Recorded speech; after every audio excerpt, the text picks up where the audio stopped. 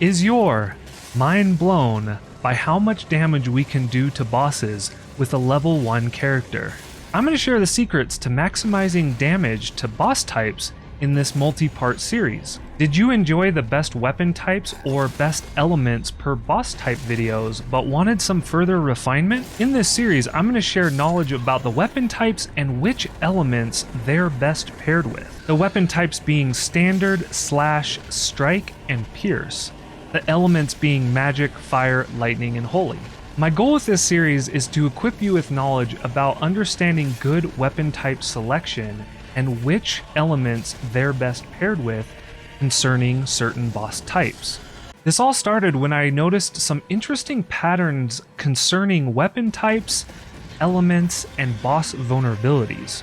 That said, there are a lot of excellent ways of doing great damage to bosses, and I certainly welcome you to continue to use the equipment that you like to use. However, this is meant to be an efficient and easy way to remember which weapon types and elements that could do the best damage to bosses. By the way, this is done with the most current available data online. Things may have changed. For instance, there is an update in this video since my last video. Let's get into it.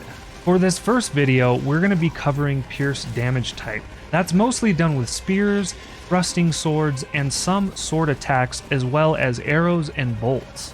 Out of all the bosses, 77 of them, Pierce is a great choice. And for 28 of them, Pierce is the best choice. That means there are 49 bosses that are equally vulnerable to other damage types. For 22 of them, it might be best not to use an element, but we're focusing on the elements. And that brings us to the 47 bosses where Pierce and one element is the best choice. And Pierce is one of the easiest to remember, and that's because 43 out of 47 of the bosses are Pierce plus lightning.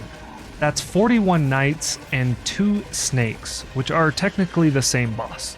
And that leaves us with 4 other bosses that are weak to pierce and fire.